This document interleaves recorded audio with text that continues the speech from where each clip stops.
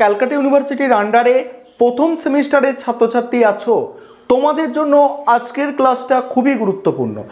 আজকের ক্লাসে তোমাদের ইএনভিএস অর্থাৎ পরিবেশবিদ্যা সাবজেক্টের 3 নম্বর অধ্যায় থেকে গুরুত্বপূর্ণ 25টা 2 নম্বরের প্রশ্ন নিয়ে আলোচনা করব। তোমরা গুরুত্বপূর্ণ প্রশ্নের উত্তরগুলো দেখে নাও 3 নম্বর চ্যাপ্টার থেকে। এবারে তোমরা প্রশ্নের উত্তরগুলো দেখে নাও। 1 নম্বর প্রশ্ন কী আছে দেখো, প্রাকৃতিক সম্পদ কাকে বলে? প্রকৃতি থেকে স্বাভাবিকভাবে প্রাপ্ত যে সমস্ত সম্পদ মানুষের চাহিদা পূরণ করে থাকে সেগুলিকে প্রাকৃতিক সম্পদ বলে, যেমন সূর্যরশ্মি, জলবায়ু প্রভৃতি। দ্বিতীয় প্রশ্ন কী আছে দেখো, 2 নম্বর প্রশ্ন, মানবিক সম্পদ কাকে বলে?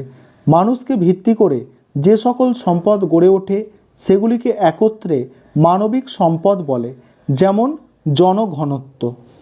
তারপরে দেখো কি আছে, সাংস্কৃতিক সম্পদ বলতে কি বোঝো?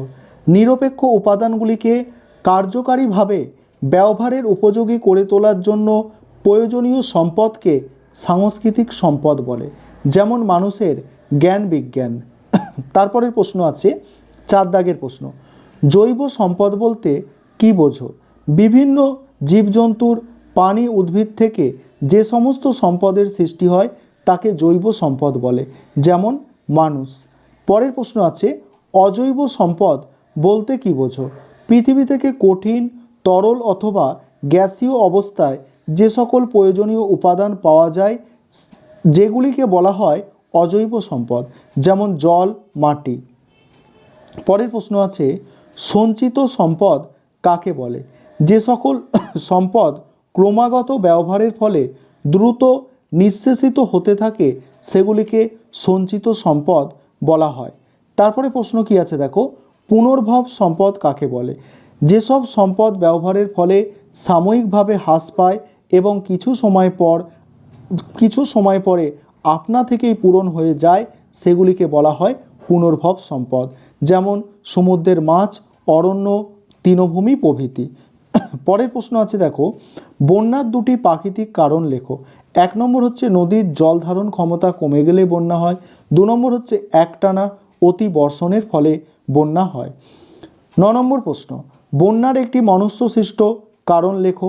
অবৈজ্ঞানিক প্রথায় চাষাবাদ, অতিরিক্ত অরণ্য ধ্বংস, অনিয়ন্ত্রিত পশুচারণের ফলে ভূমিক্ষয় বৃদ্ধি পায়, যার ফলে নদীর নাব্যতা কমে ও অল্প বৃষ্টিতে বন্যা হয়। তারপরে প্রশ্ন কি আছে দেখো, 10 নম্বর প্রশ্ন, ভারতে সেচ কমিশনের মতে খরাপীড়িত অঞ্চল বলতে কি বোঝায়? ভারতের সেচ কমিশনের মতে খরাপীড়িত অঞ্চল বলতে সেই সব অঞ্চলকে বোঝায় যেখানে গড় বৃষ্টিপাত 1000 মিলিমিটারের কম হবে এবং বছরের 1/5 দিন বার্ষিক বৃষ্টিপাত 75% হবে না, এবং সেচ অঞ্চল বলছে সেচ অঞ্চল মোট কৃষি অঞ্চলের, সেচ মানে যেটা সেচ করা হয়, সেচ অঞ্চল মোট কৃষি অঞ্চলের 20% কম হবে। পরের প্রশ্ন আছে, খরার 2টি প্রাকৃতিক কারণ লেখো। সেখানে কি বলা হচ্ছে দেখো, 1 নম্বর হচ্ছে প্রাকৃতিক কারণে কোনো অঞ্চলের বায়ুমণ্ডল প্রচণ্ড উত্তপ্ত ও শুষ্ক হওয়ার ফলে খরা দেখা যায়। 2 হচ্ছে বৃষ্টিপাতের তুলনায় বাষ্পীভবনের আধিক্য হলে খরা দেখা যায়। পরের প্রশ্ন, পরিবেশের ওপর খরার একটি প্রভাব লেখো। যে অঞ্চলে খরা হয় সেখানে তীব্র পানীয় জলের সংকট দেখা দেয়। তীব্র জল সংকটকালে মানুষ যেখানেই জল দেখে তা দূষিত না বিশুদ্ধ বাদবিচার না করে গ্রহণ করে, ফলে নানা রকম জলবায়ুত রোগ দেখা যায়। তারপরে প্রশ্ন আছে, চিরাচরিত শক্তির উৎস লেখো। কয়লা, খনিজ তেল, প্রাকৃতিক গ্যাস প্রভৃতি। পরের প্রশ্ন আছে, অচিরাচরিত শক্তির উৎস লেখো। সৌরশক্তি, বায়ু শক্তি, জোয়ার ভাটার শক্তি। নেক্সট প্রশ্ন আছে দেখো, সবুজ শক্তি কাকে বলে? সবুজ শক্তি হলো সেই শক্তি যা পরিবেশকে দূষিত করে না এবং প্রকৃতিতে নবীকরণযোগ্য। সূর্যালোক, বাতাস, বৃষ্টিপাত, জোয়ার ভাটা ইত্যাদি শক্তি হলো সবুজ শক্তির উদাহরণ। পরের প্রশ্ন কি আছে দেখো, পরের প্রশ্ন আছে দেখো, প্রাকৃতিক সম্পদ অ্যাকাউন্টিং কি? অ্যান্সারটা দেখো, প্রাকৃতিক সম্পদ অ্যাকাউন্টিং হলো অর্থনৈতিক কর্মকাণ্ডের কারণে প্রাকৃতিক সম্পদ হ্রাস এবং পরিবেশগত অবক্ষয়ের মূল্য অনুমান করার একটি প্রক্রিয়া। পরের প্রশ্ন কি আছে? সৌরশক্তির দুটি সুবিধা। সৌরশক্তির ভাণ্ডার অফুরন্ত এবং সৌরশক্তির দ্বারা পরিবেশ দূষিত হয় না। পরের প্রশ্ন, সৌরশক্তি ব্যবহারের অসুবিধা লেখো। সৌরশক্তির উৎপাদনের জন্য উন্নত প্রযুক্তির প্রয়োজন হয় এবং সৌরশক্তির উৎপাদন খরচ অপেক্ষাকৃত বেশি। তারপরে প্রশ্ন, বায়ুশক্তি ব্যবহারের দুটি সুবিধা লেখো।